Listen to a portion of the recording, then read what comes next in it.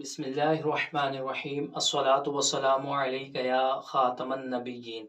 آج انشاءاللہ الرحمن ہم سماعت کریں گے کہ کون سی چیزیں موصوف اور صفت نہیں بن سکتی، اور کون سی ایسی چیزیں ہیں جو موصوف بھی بن سکتی ہیں اور صفت بھی بن سکتی ہیں، اور کون سی ایسی چیزیں ہیں جو موصوف تو بن سکتی ہیں لیکن صفت نہیں بن سکتی، اور کون سی ایسی چیزیں ہیں جو صفت بن سکتی ہیں لیکن موصوف نہیں بن سکتی۔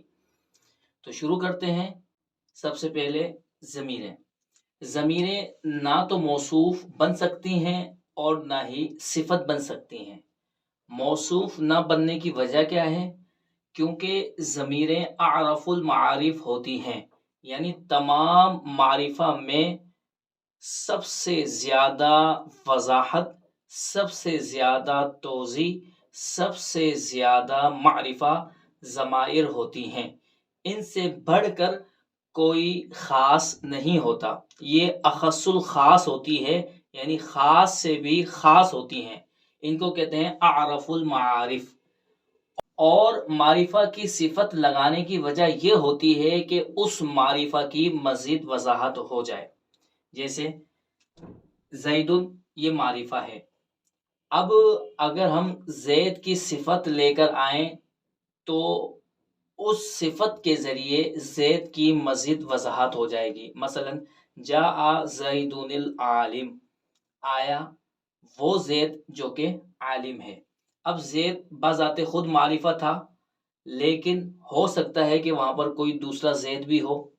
اگر صرف یوں کہا جاتا جاء زید تو معلوم نہ ہوتا کہ کون سا زید آیا ہے، یا واضح نہیں ہوتا کہ کون سا زید آیا ہے، تو اس زید کی العالم کے ذریعے صفت لائی گئی۔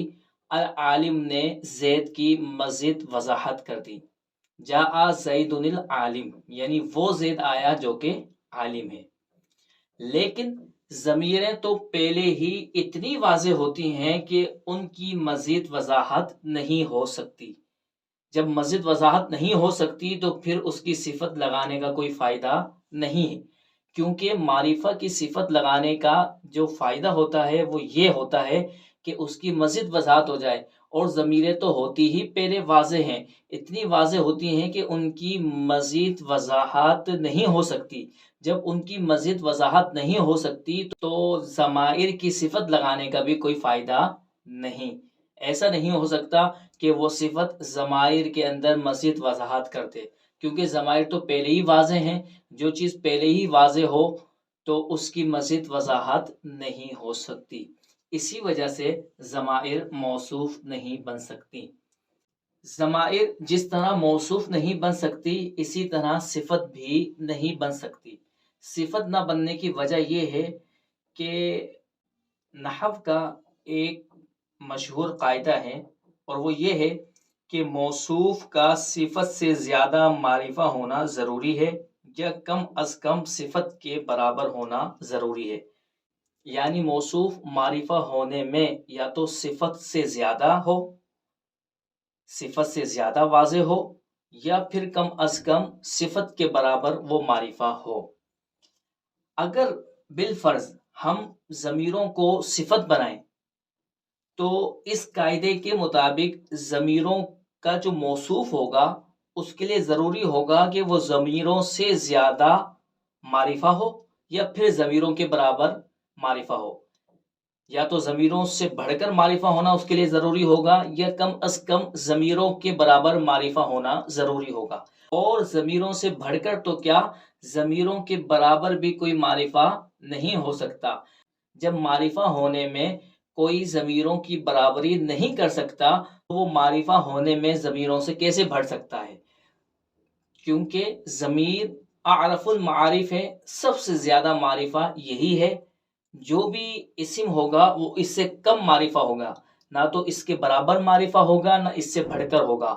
تو جب کوئی اسم اس سے بڑھ کر بھی معرفہ نہیں ہو سکتا، اس کے برابر بھی معرفہ نہیں ہو سکتا، تو وہ ضمیروں کا موصوف نہیں بن سکتا، کیونکہ موصوف کے لیے ضروری ہے کہ وہ صفت سے زیادہ معرفہ ہو، یا کم از کم صفت کے برابر معرفہ ضرور ہو۔ اسی وجہ سے ضمائر صفت بھی نہیں بن سکتی، جبکہ علم موصوف بن سکتا ہے، کیونکہ علم کے اندر لفظی مشارکت ہو سکتی ہے، یعنی ایک ہی طرح کا نام مختلف لوگوں کا ہو سکتا ہے۔ مثلا لفظ زید، تو جب یہ کہا جائے کہ جاء زید، تو واضح نہیں ہو سکے گا کہ کون سا زید آیا۔ اسی وجہ سے صفت کے ذریعے اس لفظی مشارکت کو ختم کر کے موصوف کی مزید وضاحت کر دی جاتی ہے، جیسے جاء زید العالم، جاننے والا زید آیا۔ اب اگر کسی جگہ ایک سے زائد لوگوں کا نام زید تھا اور کوئی یوں کہتا ہے کہ زید آیا، تو اس کی وضاحت نہیں ہو سکے گی، لیکن ان افراد میں جن کا نام زید ہے، ایک زید عالم بھی ہے، تو جب یوں کہا جائے کہ وہ زید آیا جو عالم ہے، تو لفظ عالم نے زید کے اندر جو لفظی مشارکت تھی اس کو دور کر دیا اور اس کو واضح کر دیا۔ لیکن علم صفت نہیں بن سکتا، اس کی وجہ یہ ہے کہ علم صرف ذات معینہ پر دلالت کرتا ہے، یعنی علم جامد ہوتا ہے، ذات میں موجود کسی وصف پر دلالت نہیں کرتا، ذات میں پائے جانے والے کسی وصف پر علم دلالت نہیں کرتا۔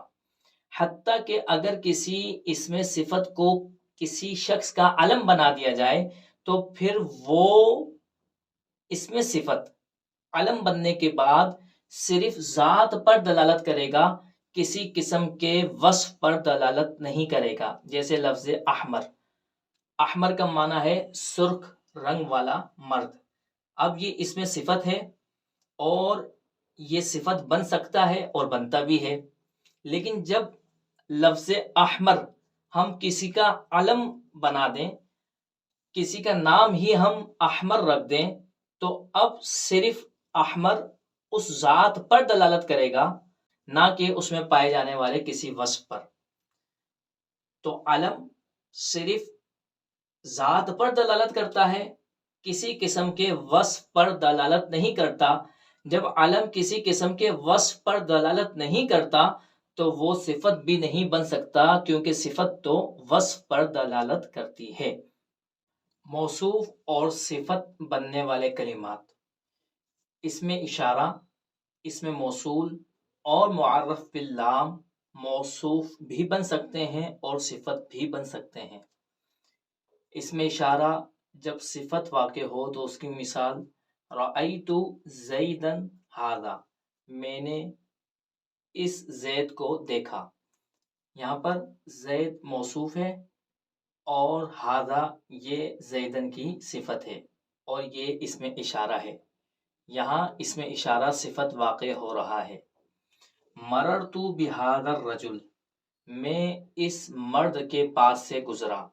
یہاں پر ھذا اسم اشارہ موصوف بن رہا ہے اور الرجل معرف باللام صفت واقع ہو رہا ہے، جبکہ آگے والی مثال میں الرجل معرف باللام موصوف بن رہا ہے، الرجل العالم جاننے والا مرد۔ تو اس مثال میں اسم اشارہ صفت بنا، اس مثال میں اسم اشارہ موصوف بن رہا ہے، اور اسی مثال میں معرف باللام صفت بن رہا ہے، آگے والی مثال میں معرف باللام موصوف بن رہا ہے۔ تو اسم اشارہ صفت بھی بن سکتا ہے، موصوف بھی بن سکتا ہے، اسی طرح معرف باللام صفت بھی بن سکتا ہے اور موصوف بھی بن سکتا ہے۔ اسی طرح اسم موصول موصوف بھی بن سکتا ہے اور وہ صفت بھی بن سکتا ہے، جیسے جاء الذی نصر زیدًا الناصر، آیا مدد کرنے والا وہ شخص جس نے زید کی مدد کی۔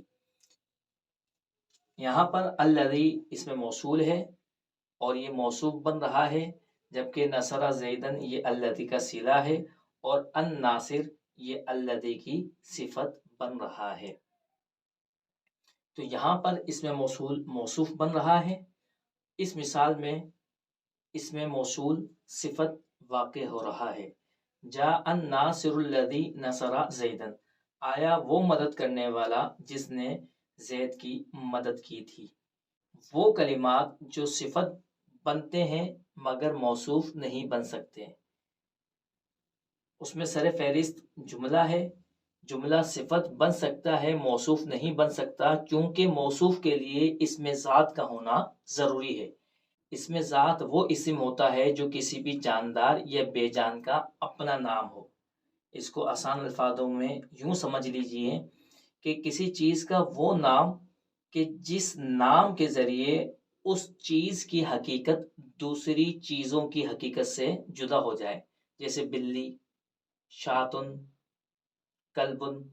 اب یہ اسم ذات ہیں، اس اسم کی وجہ سے کتا بلی سے جدا ہوا اور بلی کتے سے جدا ہو گئی، یہ آپس میں ایک دوسرے سے ممتاز ہو گئے۔ تو اسم ذات وہ اسم ہوتا ہے کہ جس اسم کی وجہ سے اس چیز کی حقیقت دوسری چیزوں کی حقیقت سے جدا ہو جائے، جبکہ جملہ اسم ہوتا ہی نہیں ہے۔ جب جملہ اسم نہیں ہوتا تو وہ اسم ذات کیسے ہوگا؟ جملہ جب صفت بن رہا ہو تو اس کی مثال جاءنی رجل نصر زیدن، یہاں پر نصر زیدن یہ جملہ ہے، جملہ فعلیہ، اور نکرہ کے بعد جملہ آئے تو عموماً وہ نکرہ کی صفت بنتا ہے۔ یہاں پر نصر زیدن یہ پورا جملہ رجل کی صفت بن رہا ہے۔